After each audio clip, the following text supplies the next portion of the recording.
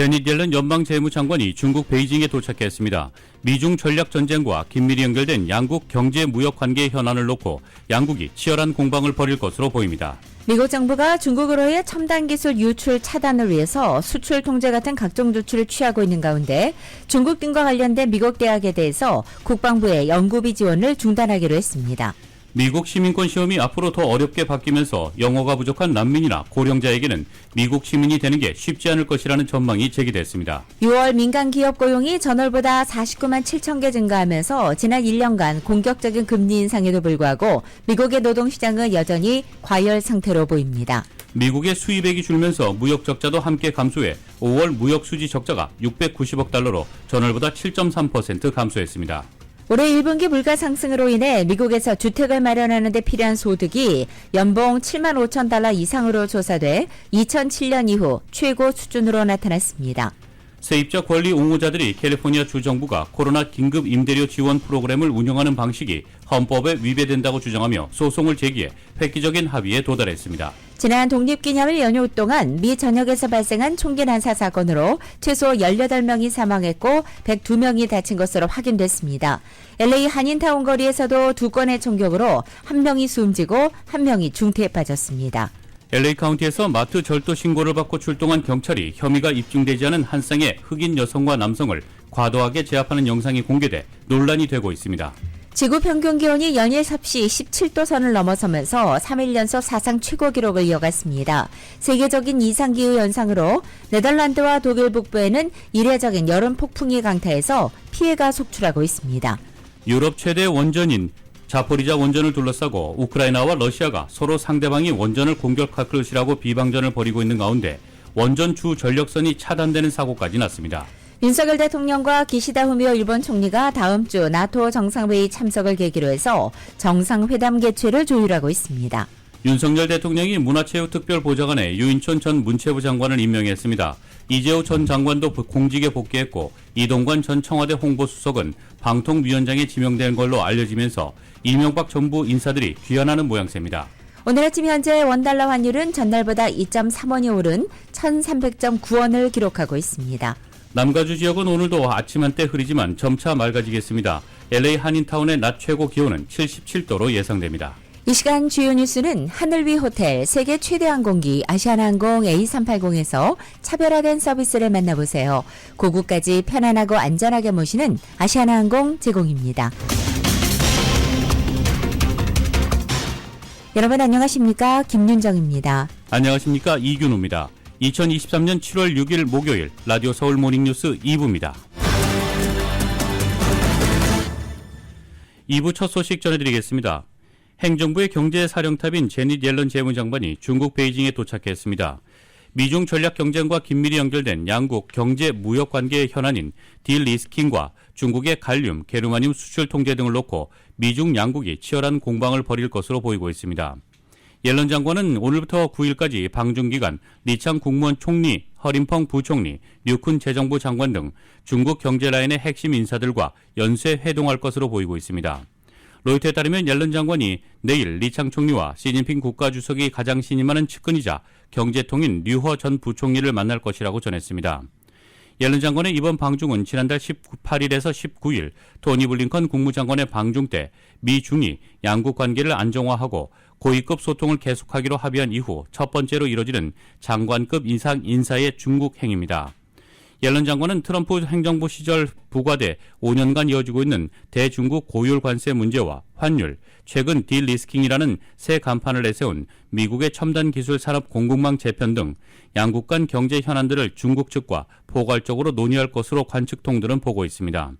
특히 중국은 5월 반도체 업체 마이크론을 제재한 데 이어 지난 3일 반도체 등에 사용되는 희귀 금속인 갈륨과 게르마늄에 대한 수출 통제를 결정하면서 미국의 반도체 장비 중국 수출 통제 드라이브에 맞불을 놓는 등 옐런 방중 협의에 앞서 협상력 높이기를 시도하고 있습니다.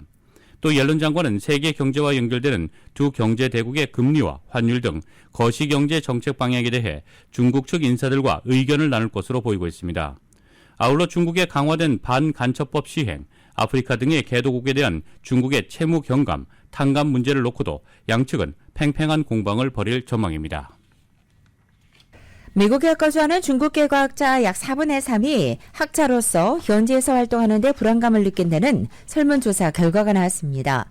6일 홍콩 사우스차이나 모닝포스트에 따르면 지난주 미국 국립과학원 회보에는 미국 대학에서 종신직을 받았거나 종신직을 받게 될 중국계 학자 1,300여 명을 대상으로 2021년 12월부터 지난해 3월까지 진행한 온라인 설문조사 결과가 담긴 보고서가 실린 것입니다.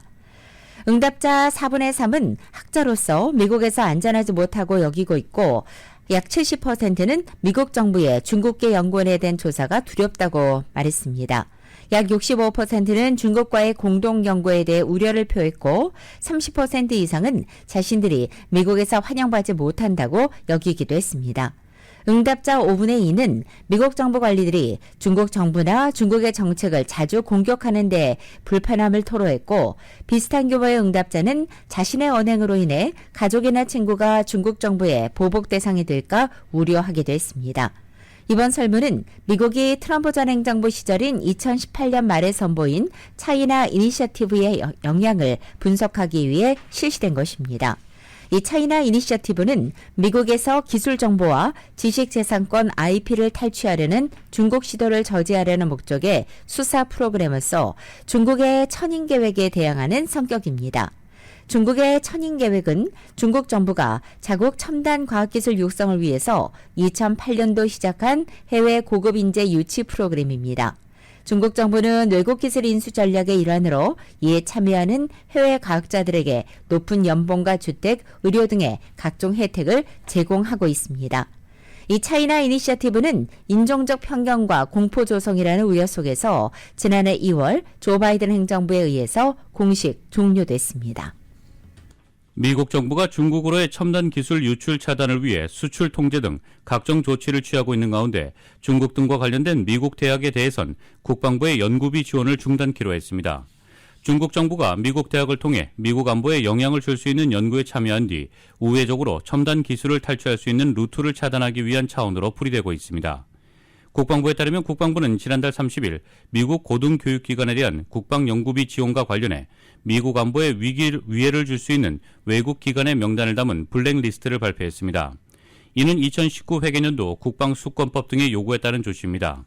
블랙리스트에는 공자학원 등 중국과 러시아 관련 기관의 명단이 대거 포함됐습니다. 국방부는 블랙리스트와 별개로 기초연구에 대한 리스크 기반 안보 검토 정책을 실시키로 했습니다. 이에 따라 국방부가 지원하는 모든 기초 연구는 외국 영향력에 따른 이해관계 상충 등의 문제에 대한 점검을 받게 됩니다. 국방부의 이런 조치는 중국 정부의 자금 지원을 받은 미국 대학이 국방부의 R&D에 참여할 경우 중국 정부가 이 대학을 통해 미국의 안보 관련 R&D에 접근하는 우회로로 사용하고 있다는 판단에 따른 것입니다. 미 국방부가 기밀 정보 취급과 관련된 보안 조치를 강화합니다. 올해 초 한국을 포함해 다수의 동맹국과 관련된 기밀 문건이 무더기로 유출된 데 따른 후속 조치입니다. 국방부는 어제 보안 검토 보고서 요약본을 공개하고 말단 직원까지 보안과 관련해 책임성을 강화하기 위한 정책 도입 필요성을 강조했습니다. 이번 검토는 지난 4월 주 방위군 소속의 잭 테사리에라가 자신이 운영하는 온라인 채팅방에 기밀 문건 다수를 유출해서 전 세계적으로 파문이 확산된 뒤에 보안 대책 마련을 위해 로이드 오스틴 국방장관의 지시로 이루어진 것입니다. 따라서 기밀 정보 복사가 가능한 영역에 있어 전자기기 사용에 한층 엄격한 규칙이 적용되고 기밀 문서 작업 영역에서는 전자기기 탐지 시스템도 운영될 예정입니다. 연방정부가 인공지능 AI를 규제하기 위한 본격적인 움직임을 보이고 있는 가운데 빅테크 기업들이 이 같은 정부의 움직임을 예의주시하면서 인공지능 규제로 인한 기업 손실을 막기 위해 적극 로비 활동을 벌이고 있습니다. 정현호 기자입니다. 인공지능을 규제하기 위한 의회 차원의 움직임이 본격적으로 시작됐습니다. 찰스 슈머 연방 상원 원내대표가 지난달 말에 인공지능을 규제하기 위한 방안을 론치했고 워싱턴 DC로 인공지능 전문가들을 불러 인공지능이 사회 전반에 미칠 영향에 대해 청문회를 개최하고 이 청문회 결과를 토대로 의견을 수렴해 인공지능을 규제하는 법안 초안을 마련한다는 구상입니다. 연방 하원의원들 사이에서도 특히 인공지능 규제를 둘러싸고 가장 딜레마를 겪는 것은 빅텍이 위치한 가주의 실리콘밸리를 지역구로 하는 의원들입니다. 대표적으로는 산호세를 지역구로 하는 조이 로프그랜 연방하원의원, 프리몬트를 지역구로 하는 로칸나 연방하원의원, 맨로팍을 지역구로 하는 애나애슈 연방하원의원으로 세 사람 모두 민주당인데 인공지능을 규제하는 데 찬성하는 입장입니다. 지역구 주민들이 빅텍에서 근무하는 사람들이 많아 인공지능 규제에 너무 적극적으로 나갔다가는 유권자들에게 미운 털이 박힐 수 있고 인공지능 규제를 둘러싸고 늑장 대응을 했다가는 인공지능으로 일자리를 잃을 것을 걱정하는 노조의 미움을 살 수 있어 난감한 입장입니다. 빅텍도 발빠르게 움직이고 있습니다. 대표적으로 챗 GPT를 개발한 오픈 AI의 경우 워싱턴 DC에서 적극적으로 움직이고 있습니다.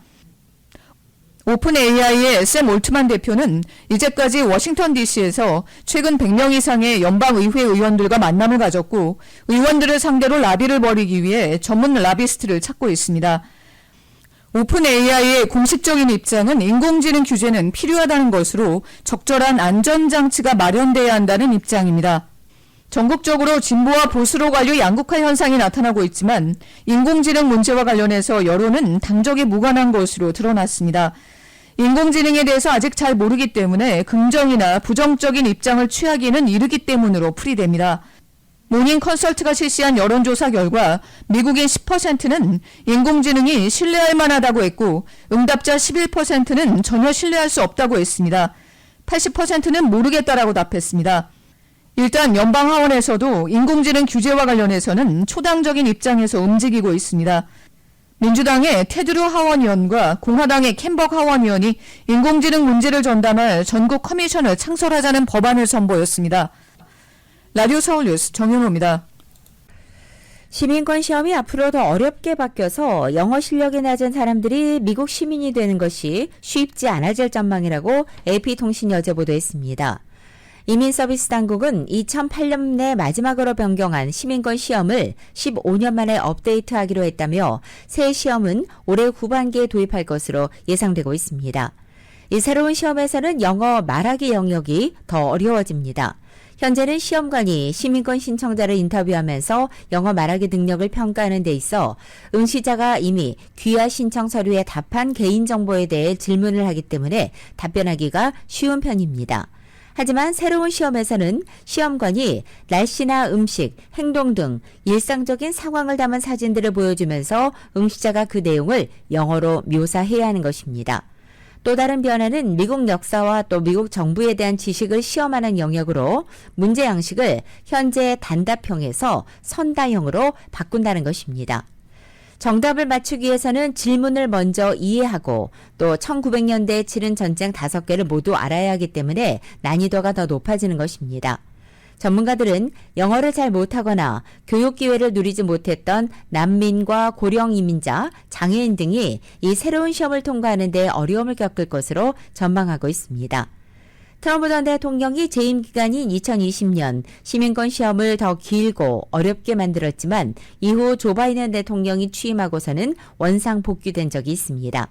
이민국은 올해 새 시험을 전국 단위로 시범 도입해서 의견을 수렴한 뒤에 전문가의 검증을 거쳐 올해 후반기부터 적용할 것으로 전망됩니다. 지구의 평균 기온이 연일 섭씨 17도 선을 넘어서면서 3일 연속 사상 최고를 이어갔습니다. 지구온난화로 평균 기온이 올라가는 가운데 4년 만에 지구를 덮친 엘니뇨 현상이 세계 곳곳에 전례 없는 이상 고온을 불러오고 있습니다. AP에 따르면 메인 대학교의 기후 애널라이저가 위성 자료를 토대로 한 자료를 보니 세계 평균 기온은 섭씨 17.18도로 역대 최고 온도를 기록한 전날과 같은 수치를 유지했습니다. 앞서 미국 국립해양대기관리국 산하 국립환경예측센터는 4일 세계 평균 기온이 섭씨 17.18도를 기록해 전날 세운 사상 최고 기록을 불과 하루 만에 갈아치웠다고 밝혔습니다. 종전까지의 지구 평균 기온 최고 기록은 2016년 8월에 16.92도였습니다. 기후 리애널라이저가 제공하는 일간 통계는 정부가 발표하는 공식 정부 통계는 아니지만 지구 온난화와 관련해 어떤 현상이 벌어지고 있는지 알아볼 수 있는 유용한 정보를 제공한다고 이 서비스 개발자인 메인대 기후과학자 션 버클 교수는 말했습니다. 전문가들은 엘니뇨 현상이 한창이란 점을 고려할 때 최고 기록이 조만간 다시 깨질 수 있다고 내다보고 있습니다. 적도 지역 태평양 동쪽의 해수면 온도가 비정상적으로 높아지는 현상인 엘니뇨는 지구 온도를 높이는 효과를 지닌 것으로 알려졌습니다. 한편 이미 지구 곳곳에선 폭염이 나타나고 있습니다. 중국 일부 지역에서는 섭씨 35도가 넘는 더위가 이어지고 있고 미국 남부에서도 지난 몇 주간 무더운 날씨가 지속됐습니다. 북아프리카 일부 지역의 경우 기온이 섭씨 50도를 넘었으며 남극 대륙에마저 이상 고온 현상이 관측되고 있습니다. 예컨대 남극에 있는 우크라이나 베르나츠키 연구기지에선 최근 기온이 영상 8.7도까지 올라 7월 역대 최고 기온을 경신했습니다. 이런 가운데 이례적인 여름 폭풍이 네덜란드와 독일 북부를 강타해서 피해가 속출하고 있습니다. 인명 피해도 잇따르는 가운데 철도와 도로가 마비되고 공항까지 폐쇄되면서 항공기 수백 편이 결항되기도 했습니다. KBS의 보도입니다. 시속 140km가 넘는 강풍에 가로수들이 속절없이 쓰러졌습니다. 가로수가 쓰러지며 차량도 덮쳤는데 차에 갇힌 시민은 다행히 구조됐습니다. 네덜란드 북부 하를럼에선 강풍에 나무가 쓰러지면서 여성 한 명이 숨졌습니다. 독일 북부 니더작센주에서도 반려견과 함께 산책하던 여성 한 명이 강풍에 뿌리채 뽑힌 나무에 맞아 그 자리에서 숨졌습니다. Yes, there's a tree on the road beside me, so I had to walk around to get to this place where I'm working. So yeah, a lot of obstacles. 네덜란드 기상청은 강풍과 폭우를 동반한 폭풍 폴리가 심각한 피해를 일으킬 수 있다고 보고 네덜란드 북부 4개 지역에 최고 단계 경보인 코드레드를 발령했습니다. 네덜란드의 폭풍 시즌은 보통 10월부터 이듬해 4월 사이인데 여름에 이렇게 강한 폭풍이 일어난 것은 이례적입니다. 네덜란드 당국은 북부 지역의 모든 기차의 운행을 중단시켰습니다. 또 해당 지역 주민들에게는 실내에 머물라는 비상 메시지가 발송됐습니다. 국제공항인 네덜란드 스히폴 공항도 한때 폐쇄되면서 항공기 300여 편이 결항됐습니다. We're going to try to get a bus maybe from here to Eindhoven and then a taxi or something like that from there. So we're not sure how it's going to work. We're waiting for it to play out and see how it goes. 이번 폭풍은 네덜란드와 독일을 관통해 덴마크로 향할 것으로 예상되고 있습니다. KBS 뉴스 황동진입니다. 라디오솔 모닝뉴스 2부 미국과 로컬 소식은 시원한 한 모금으로 여름을 만날 수 있습니다. 맥도날드에서 새롭게 준비한 음료 프로즌 하와이안 펀치를 상쾌하게 맛보세요. 맥도날드 제공입니다.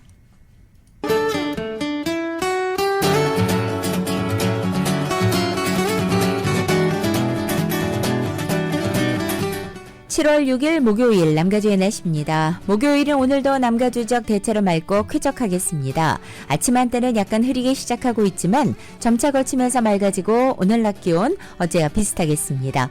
금요일인 내일과 이번 주말에도 오늘 같은 패턴이 반복되는 가운데 낮 기온은 주말을 향해 갈수록 1, 2도가량씩 올라서 이번 주 일요일에는 예년 기온을 회복합니다. 그리고 다음 주 중에는 평년 기온을 웃도는 더위가 찾아올 것으로 전망되고 있습니다. LA 한인타운의 오늘 낮 최고 기온 77도, 밤 최저 기온은 61도, 오렌지 카운티 지역 역시 77도, 61도, 밸리와 일랜드 엠파이어 지역은 80도, 56도, 해안 지역은 66도, 58도로 예상됩니다. 끝으로 한국은 오늘도 전국에 대체로 맑고 무덥습니다. 서울의 오늘 아침 최저 기온이 71도, 낮 최고 기온은 90도 예상됩니다. 라디오솔 모닝뉴스 2부 1250만 불 교통사고 최고보상, 교통사고 전문 천재 변호사 리차드 호프만, 메디케어 시니어를 위한 전문의 허가가 아주 빠른 한인 최고 최대의 서울 메디칼 그룹, 총 20억 달러의 승소, 크고 작은 교통사고와 상해, 브라이언 타필라와 CJ-로, 고객 한 분 한 분과의 릴레이션십을 생각합니다. 당신의 든든한 금융 파트너 CBB뱅크 공동 제공입니다. 라디오솔 모닝뉴스 2부 이 시각 현재 프리웨이 교통 상황입니다. 먼저 60번 웨스트 방향입니다. 57번 사우스와 만나는 지점 히든런 사고 있습니다. 605 노스 방향 5번 노스로 연결되는 지점 첫 번째 레인에 고장 차량 한 대 멈춰 있습니다. 605 노스 방향입니다. 밸리 블루바드와 만나는 지점 이중 추돌 사고 있습니다. 이번엔 134번 이스트 방향 센트럴 에비뉴로 내리는 지점 중간 레인에 고장 차량 한 대 멈춰 있습니다. 5번 노스 방향 로스크랜스 에비뉴로 내리는 지점 두 번째 레인에도 고장 차량 한 대 멈춰 있습니다. 참고하시고 안전운전 하시기 바랍니다.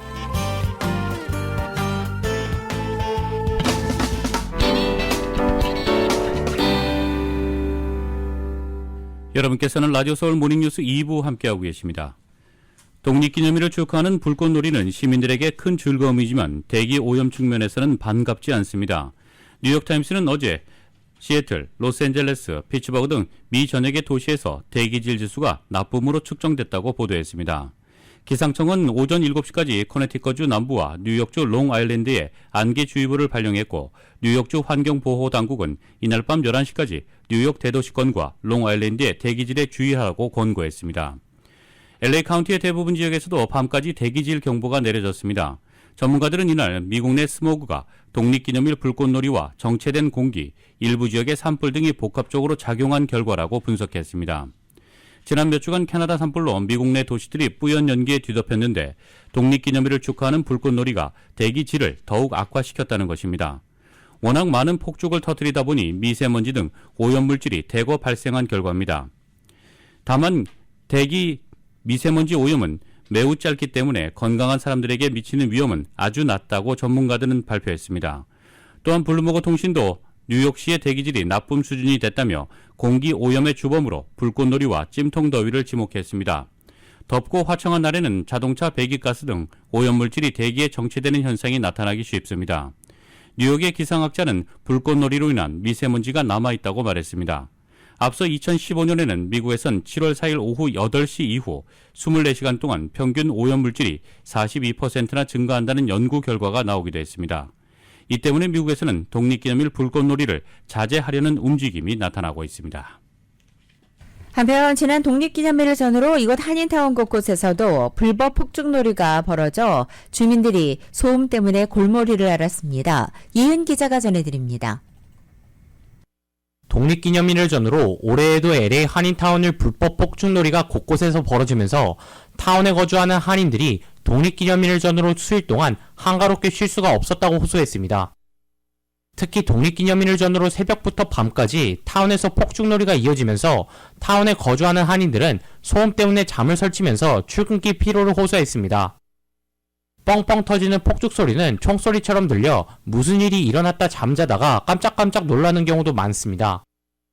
타운에 거주하는 한인 청년 강 씨입니다. 사실 안전하게 한다면야 큰 걱정은 전혀 하지 않죠. 근데 한 개인이 안전 장비 없이 혼자서 많은 양을 터뜨리다 보면 즐거운 게 아니라 이제는 무서운 수준이었어요. 그런데 그게 또 즐겁다고 웃고 즐기니 참 어떻게 해야 될지 모르겠어요. 타운에서는 최근 독립기념일 때만 되면 수년새 청소년들이 벌이는 폭죽놀이로 주민들이 몸살을 앓으면서 타운 한인들은 이제는 거의 체념 단계까지 왔다는 입장입니다. 폭죽놀이로 아예 문을 닫은 타운 업소들도 있습니다. 타운에서 식당을 운영하는 박 씨는 독립기념일 당일 폭죽놀이로 인한 소음 때문에 아예 식당 문을 닫고 타운에 나오지도 않았다고 밝혔습니다. 독립기념일 밤에 청소년들이 무리로 나와 폭죽놀이를 벌이면서 시끄럽기도 하고 타운 치안이 불안해져 업소가 정상 영업을 하는 것은 바람직하지 못하다고 여긴 것입니다. 폭죽놀이로 영업에 지장을 줄 것 같아 아예 인건비 절감 겸 문을 닫기로 한 것입니다. 타운 한인들 역시 지난 수일 동안 밤마다 터지는 불법 폭죽놀이로 인해 불편을 넘어 무섭기까지 하다며 타운의 불법 폭죽놀이는 더 이상 독립기념일 즐길거리로 넘어가는 수준은 아니라고 입을 모았습니다. 타운에 거주하는 김 씨는 불법 폭죽놀이 시 안전장비를 착용하지 않고 사람들이 많이 모여있는 곳에서도 진행되다 보니 안전 문제가 매우 우려된다고 전했습니다. 심지어는 폭죽놀이가 끝난 뒤에는 폭죽놀이에 사용되지 않은 화약이 거리에 퍼져 고약한 냄새까지 나다 보니 매연과 냄새, 민간상, 건강상 매우 좋지 않다고 밝혔습니다. 한인타운 여성 주민 이 씨입니다. 제가 저희 엄마 아파트에 시니어 아파트에 있었거든요. 엄마 이제 신부름을 좀 하느라고 밖에 테라스에 거기 벤치가 있어요. 근데 소리가 너무 커가지고 거기에 있을 수가 없어요. 냄새도 화약 냄새 같이 계속 나고 도저히 견딜 수가 없어서 집으로 들어갔어요. 폭죽이 터지면서 거리에 주차해온 자동차에도 데미지가 갈까 우려하는 한인들도 많습니다. 올해 타운을 비롯한 LA 카운티에는 폭죽놀이 시 퍼밋을 받아야 하는 상황이지만 실상은 퍼밋을 받지 않는 상태로 폭죽놀이가 벌어졌습니다. 불법 폭죽놀이를 목격한 주민들은 전화번호 877-275-5273으로 연락해 신고할 수 있습니다. 라디오 서울 뉴스 이은입니다. 세입자 권리 옹호자들이 가주의 주택과 지역사회개발구가 가주 코로나 긴급 임대료 지원 프로그램을 운영하는 방식이 헌법에 저촉된다고 주장하며 소송을 제기한 케이스에서 합의에 도달했습니다. 정현호 기자입니다. 원래 가주의 코로나 긴급 임대료 지원 프로그램은 팬데믹 기간에 걸쳐 임대료를 내고자 고군분투하는 저소득층 가정에 직접적인 지원을 제공할 목적으로 기획됐습니다. 하지만 혼란스러운 신청 절차로 인해 적격한 세입자가 부당하게 지원을 거절당하는 일이 빈발하면서 ACC 액션과 SAJ, 폴리시 링크 단체는 혼란스러운 신청 절차로 인해 신청자들이 부당하게 지원을 거절당했다며 가주주택과 지역사회개발부를 상대로 소송을 제기했습니다. 주택과 지역사회개발부는 이번에 합의사항 중의 하나로 신청 절차를 개선하는 몇 가지 조치를 취하기로 동의했습니다. 이에 따르면 요청한 렌트비 지원이 전액 혹은 일부 거절되는 세입자들에게는 거절 이유에 대한 자세한 설명을 제공해 신청 관련 문제를 해결하고 항소할 공정한 기회를 얻을 수 있도록 지원하는 한편 렌트비 지원기금의 환수 대상 세입자가 가주 결정에 이의를 제기할 공정한 기회를 얻을 수 있도록 보장하기로 했습니다. 또 항소 절차에 대한 더 나은 접근성을 제공하기로 했습니다.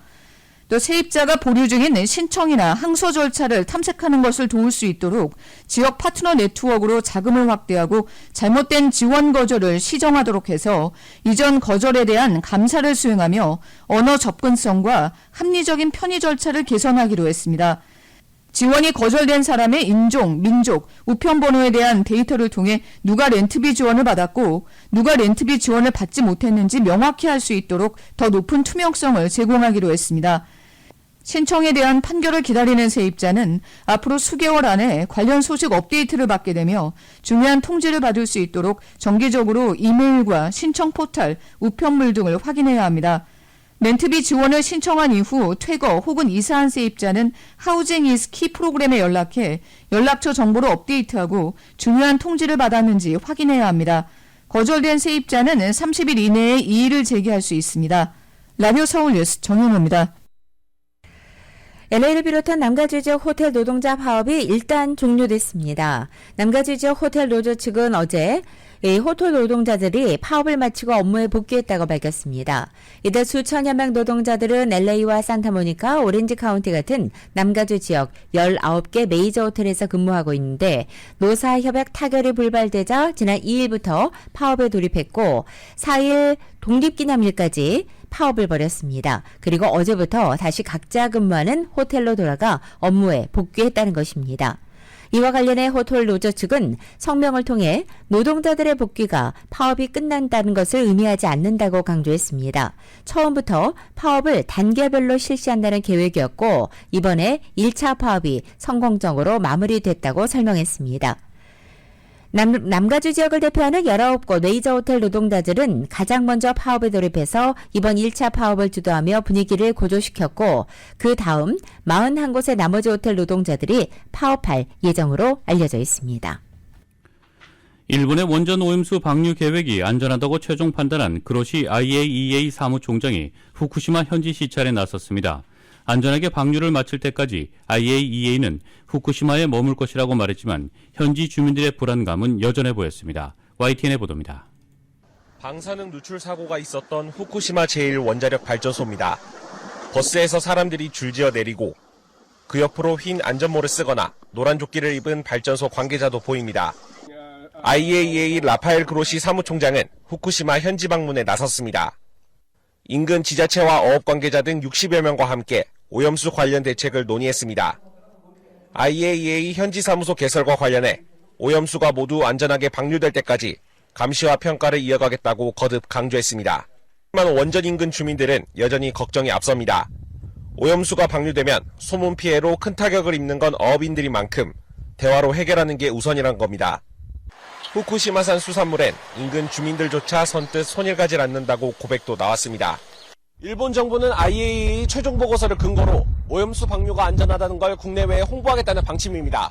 하지만 주변국 국민들과 마찬가지로 현지 주민들의 불안도 좀처럼 가라앉지 않고 있습니다. 후쿠시마에서 YTN 김태원입니다. 이번에 우크라이나 소식입니다. 유럽의 최대 원전인 자포리자 원전을 둘러싼 위기감이 커지고 있습니다.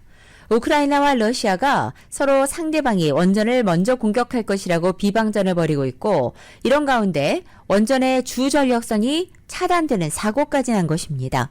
KBS의 보도입니다.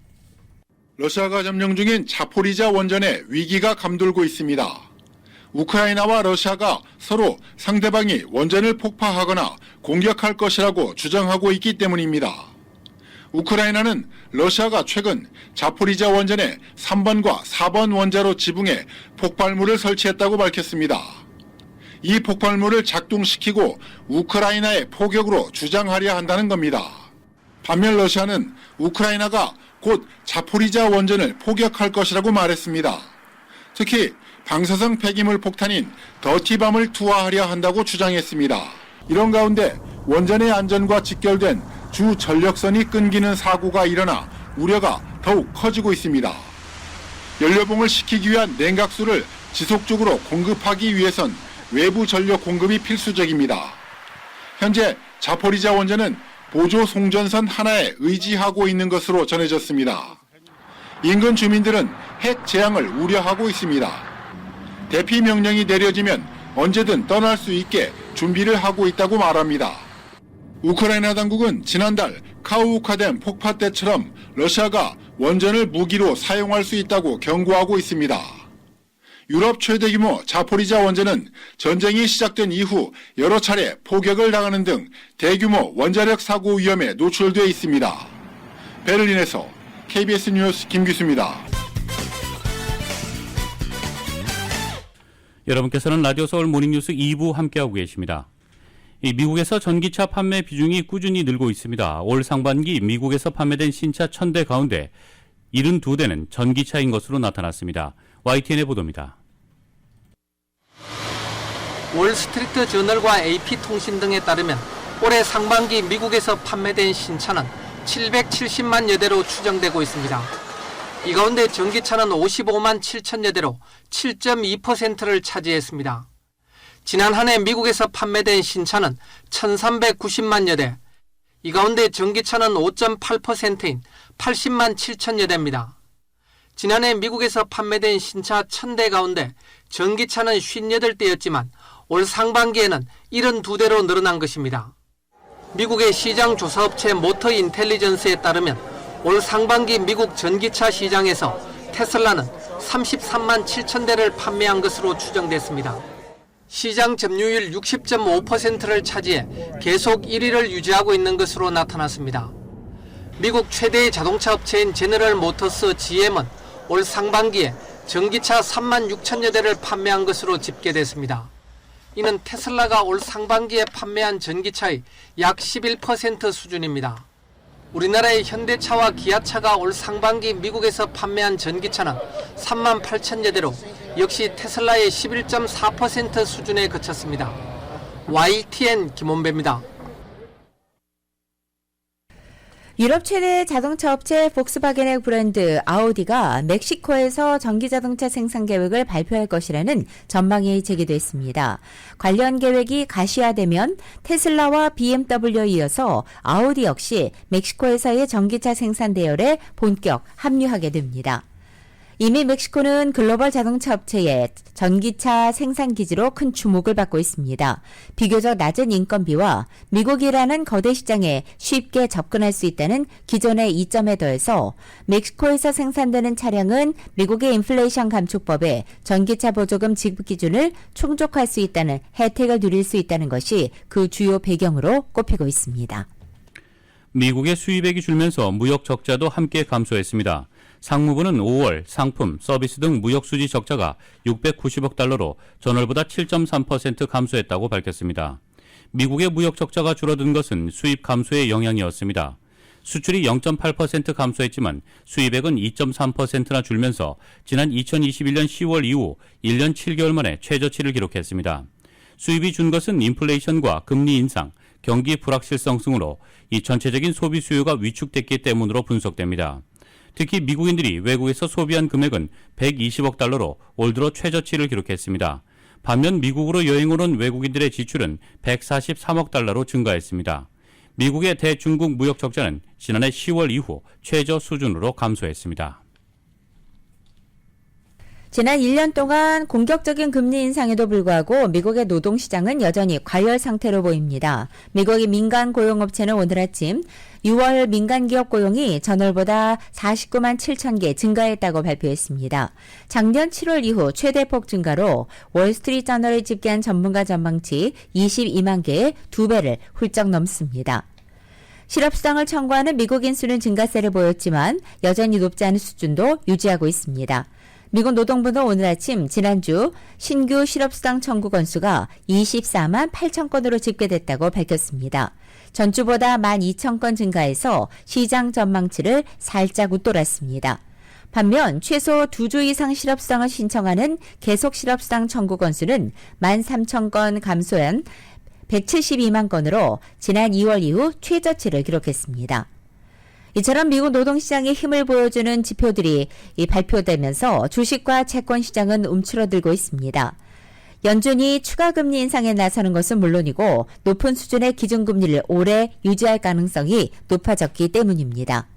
연준은 노동시장 과열이 인플레이션 고착화를 초래할 수 있다고 보고 고용 관련 지표를 주시하고 있습니다. 따라서 노동부가 7일에 발표할 6월 일자리와 실업률 공식 지표가 주목되고 있습니다.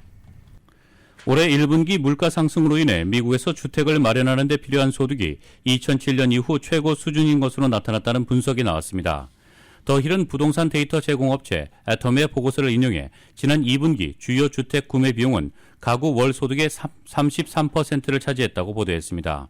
또 단독주택의 중위 가격은 올해 2분기에 35만 달러로 상승했습니다. 이는 전분기 대비 10% 상승한 것입니다. 보고서에 따르면 주택시장에서 중위 가격의 주택을 구입하기 위해서는 구매자가 연간 최소 7만 5천 달러를 벌어야 하는 것으로 나타났습니다. 중위 가격의 주택을 구매하는 데 필요한 연봉은 미국의 동부, 서부 해안에 있는 주택시장에서 가장 높았습니다. 뉴욕주 맨해튼 카운티가 가장 높았습니다. 다음으로는 캘리포니아주 샌마테오 카운티였습니다. 이 지역에서는 일반 주택을 구매하려면 연 36만 1,000달러 이상의 소득이 필요합니다.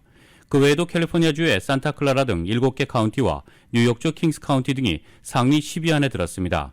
이들 카운티에는 중위 가격의 주택을 마련하려면 연 20만 달러 이상의 임금이 필요한 것으로 나타났습니다.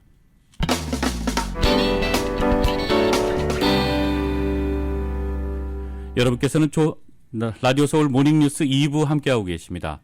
한국 소식 전해드리겠습니다. 이 다음 주 나토 정상회의가 열리는 리투아니아에서 윤석열 대통령과 기시다 일본 총리가 만나 후쿠시마 오염수 문제를 논의할 것으로 보입니다. 오염수 방류를 앞두고 두 정상이 어떤 의견을 주고받을지 주목되고 있습니다. 윤 대통령의 우크라이나 방문 여부도 관심인데 대통령실은 계획에 없다고 밝혔습니다. YTN의 보도입니다. 윤석열 대통령의 9번째 해외 방문은 리투아니아와 폴란드로 오는 10일부터 15일까지입니다.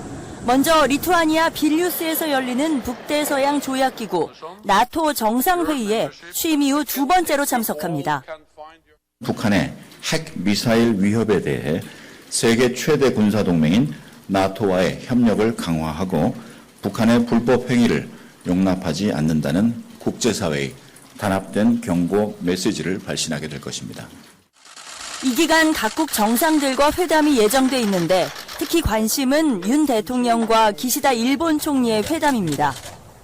이번 순방 기간 중에 한일 정상회담도 가지는 것으로 현재 일본과 조율 중에 있습니다.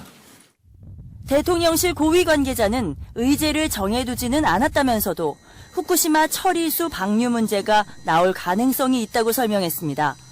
이 관계자는 오염수 대신 처리수라고 언급했습니다. 그러면서 윤 대통령이 국민 건강을 최우선으로 한다는 원칙에 따라 대화할 것이라고 전했습니다. 윤 대통령은 이어 폴란드를 공식 방문해 현지 시각으로 13일 한 폴란드 정상회담을 엽니다. 우크라이나 전후 재건 복구를 위한 양국 협력의 필요성에 공감하고 우수한 한국 기업들이 재건 사업에 참여해 신속한 전후 복구에 기여할 수 있도록 우크라이나 접경지인 만큼 윤 대통령의 전격 방문이 이뤄질지가 관심인데 대통령실은 우크라이나 별도 방문이나 정상회담은 계획에 없고 추진되고 있지 않다고 답했습니다. 윤 대통령은 우크라이나 재건 사업의 허브가 될 폴란드에서 우리 기업들을 만나 정부의 지원 방안을 논의합니다. 이번 순방에는 민간 주도로 구성된 경제사절단 89명이 동행합니다. YTN 박소정입니다. 서울 양평 고속도로 노선 변경과 관련해서 김건희 여사 일가에 대한 특혜 의혹이 일자 이 정부가 이 고속도로 추진 자체를 백지화하겠다고 밝혔습니다. 국민의힘은 야당의 거짓 선동 때문에 지역의 수건 사업이 망가졌다고 비난했고 민주당은 의혹을 덮으려는 꼼수라고 맞받았습니다. YTN입니다. 국민의힘은 서울 양평 고속도로 사업을 둘러싼 민주당의 의혹 제기가 이미 팩트의 영역을 벗어났다고 주장했습니다. 노선 변경과 김건희 여사 일가 소유지는 무관한데도 근거 없는 정치 공세가 이어지고 있다는 겁니다. 민생이 진짜 어려워하고 있는 이 와중에 거짓말 전쟁을 한다는 이 자체가 너무 부끄럽습니다. 그야말로 이거는 고속도로 하나 가지고 이걸 또 정치 선동화해서 또 총선 이용하려고 하는 것밖에 볼 수가 없습니다. 특히 대안으로 검토한 새 노선은 교통 수요나 사업성, 환경 측면에서 기존 노선보다 유리했다고 반박했습니다. 그러면서 사업 백지화로 인한 지역 주민 피해는 민주당 탓이라고 날을 세웠습니다. 모든 피해의 책임은 민주당이 져야 할 것입니다. 모든 의혹 제기가 정쟁용이었음을 실토하고 국민 앞에 석고대자십시오. 민주당은 발끈했습니다. 국책 사업을 대하는 정부의 태도가 황당하기 그지없다며 사업 백지화는 의혹을 덮으려는 꼼수일 뿐이라고 비판했습니다. 장관직과 정치 생명을 걸 테니 민주당도 당 간판을 걸라는 원희룡 국토부 장관을 향해서는 어린아이 같다고 쏘아붙였습니다. 화난다고 수조 원짜리 또 수년간 논의해서 결정했던 국책 사업을 아예 안 하겠다. 이 어린아이도 아니고 국가의 살림, 이게 또 국민의 삶이 도박의 대상이 아닙니다. 당내 진상조사단은 김건희 여사 일가 소유지를 직접 찾아가 여론전에 나섰습니다. 예비 타당성 조사를 통과한 고속도로 종점이 왜 바뀌었는지 국민의 궁금증은 풀리지 않았다고 따져 물었습니다. 특별한 압력이 있었는지 또 어떠한 과정을 거쳤길래 전혀 상식적이지도 않고 선례가 없는 이런 게이트성 의혹이 제기되는지에 대해서 저희들은 끝까지 추적할 것이다. 사업 백지화라는 정부의 초강수를 엄호하는 여당과 필요하면 국정조사까지 요구하겠다고 벼르는 야당의 신경전이 갈수록 거세지는 모습입니다. YTN 나인입니다. 윤석열 대통령이 문화체육특별보좌관에 유인촌 전 문체부 장관을 임명했습니다. 친이명박 좌장으로 불렸던 이재호 전 장관도 공직에 복귀했고 또 이동관 전 청와대 홍보수석은 방통위원장에 지명될 걸로 알려지고 있습니다. 이명박 정부 인사들이 줄줄이 귀환하는 모양새를 보이고 있습니다. KBS의 보도입니다. 윤석열 대통령은 문화체육특보직을 새로 만들어 유인촌 전 장관을 임명했습니다. 대통령실 관계자는 문화산업을 잘 알고 정책 경험도 있어 K 콘텐츠 육성에 조언을 받을 부분이 있다고 밝혔습니다. 유 전 장관은 이명박 정부 3년간 문체부 장관을 지낸 이른바 MB맨으로 분류됩니다. 국립예술단체 체질 개선 등을 주요 성과로 꼽습니다.